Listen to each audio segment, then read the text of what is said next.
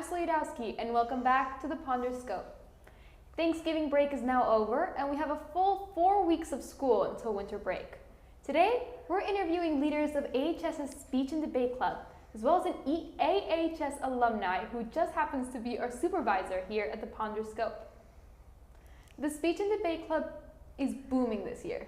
Joining us to talk about it is club leader Marin White and Kate. Hi, welcome. Hi, thanks for having us. Yeah, good to hear. Of course, thank you for being here. So walk us through the different types of things that you can do at I know that there's PF, LD, what do those look like? You did your research a little bit. I did my research. Okay, well, so we're the public forum captains. Public forum is like a 2v2 type of debate. So we're debate partners, and it's more oriented around like current events and things like that. So you're looking for like statistics and economic impacts and that sort of thing. Yeah. And then LD. LD is our other kind of debate. Lincoln Douglas. Yeah, Lincoln Douglas. So it's 1v1, and usually the topics are a little more philosophical, a little more like ethics. Yeah. How do people tend to fall into either category? Do they show up with a partner? Do they kind of start out alone, see where they fit? How does that work? I think it's kind of different for each person. I know I chose PF because I love having the partner. That's like my big thing. Yeah. But some people just really love ethics and they want to get into it, or they just work better alone. So LD is more their thing. I don't know. How did you know you wanted to do PF?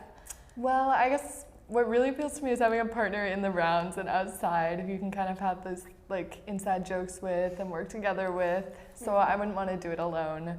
But I also think the topics can be really interesting. It's really cool to learn more about current events, foreign policy, that kind of thing. Speaking of tournaments, what does that look like? What does a debate or a tournament look like? Yeah, so, well, usually we go to tournaments on weekends. So they're like Fridays, Saturdays, sometimes one day, sometimes 2 days. In former years, we've gone to maybe, 2 to 3 a year.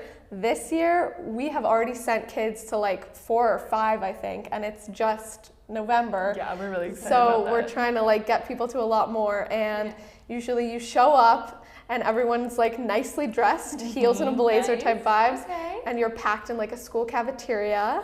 And then you have for the Chargers. Very welcoming. like 5 rounds. It's like 8 to 6, and then you have like a big award ceremony and stuff, and you just like have round after round, and in between you're in the cafeteria like chatting with your teammates and like debriefing about the round, and they're so much fun. In past years we had virtual tournaments through COVID, so you were just sitting in your room on Zoom like debating with a computer screen. Can't even think of Zoom. No. It was I mean, we got through It's it. so much fun. It's not fun In person though. In person you it's get to so meet fun. people from other towns. You get to bond with everyone so much more. And we go to like team dinner afterwards. Yes, we love a going to our tradition. team dinners. Fun. Okay. Yeah, it's super fun. What would you say to someone who's kind of maybe intimidated about speech and debate but wants to join, maybe a freshman? I would say I used to be the same way, and that it's really helpful on like boosting those skills. We have a lot of kids who are not really public speakers, but they come to the debate and they like learn these skills and they gain more confidence, because you're not just, it's not improv. You're not like thrown into a round and you just have to like fend for yourself. You prepare really well, and we teach you like everything you need to know. This year we have a coach. We hired a coach who zooms in from Louisiana to give us like expert advice. So we'll prepare you really well. But I would also say like, it doesn't matter how you do. Like we don't care how you do. So you should just like view it as kind of an experience to push your comfort zone a little and learn. Yeah, all right, that sounds incredible, very enlightening. Thank you so much for being here. Thanks for having us. I appreciate it. All right, that's all we have today for our speech and debate leaders, but up and coming, we actually have an AHS alumni as well as a senior at AHS here to compare and contrast the differences in what AHS looked like back then and what it looks like now.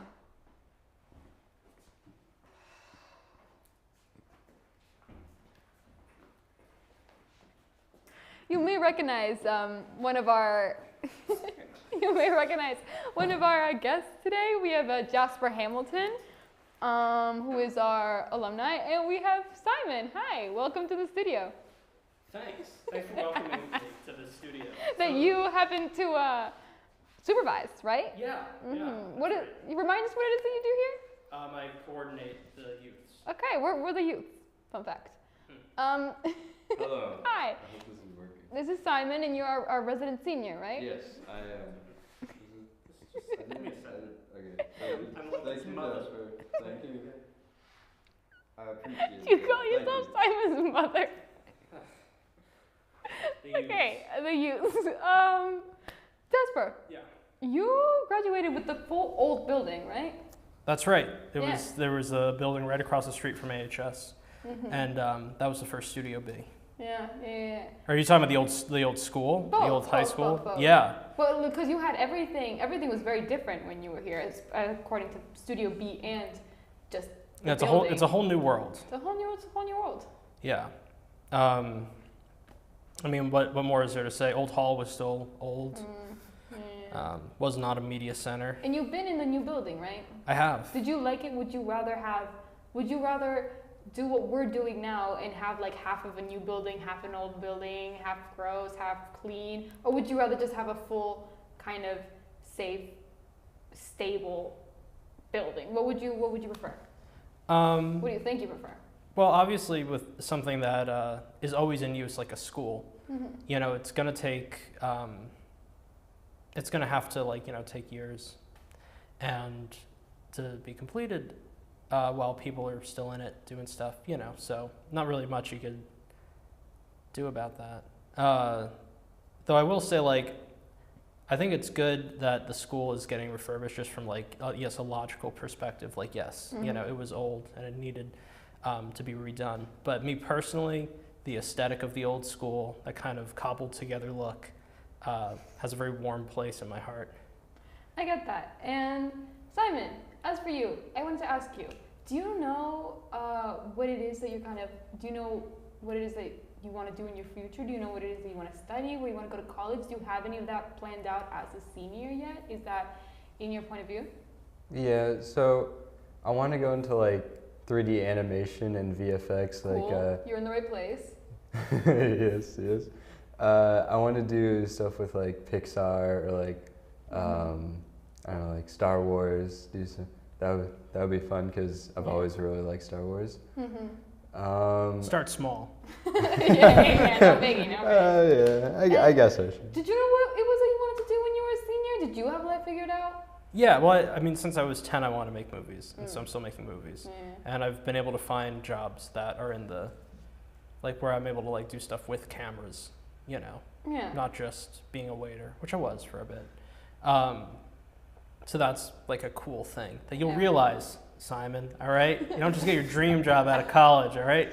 It's a journey. Hey, don't, let's not let his hopes down. I'll pull my connections. Yeah, my many connections. Plot twist. And you're, what class grade are you? What year? 2015.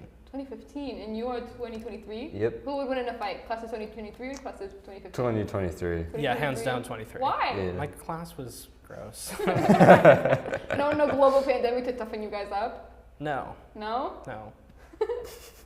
Yeah, there's no like pandemic like Zoom angst in my generation. We had it too Zoom angst? easy. Yeah, no Zoom angst. Speaking of which, if you could go back and like relive the high school experience, would you be okay with like the Zoom part of it, or would you want all 4 years in the building?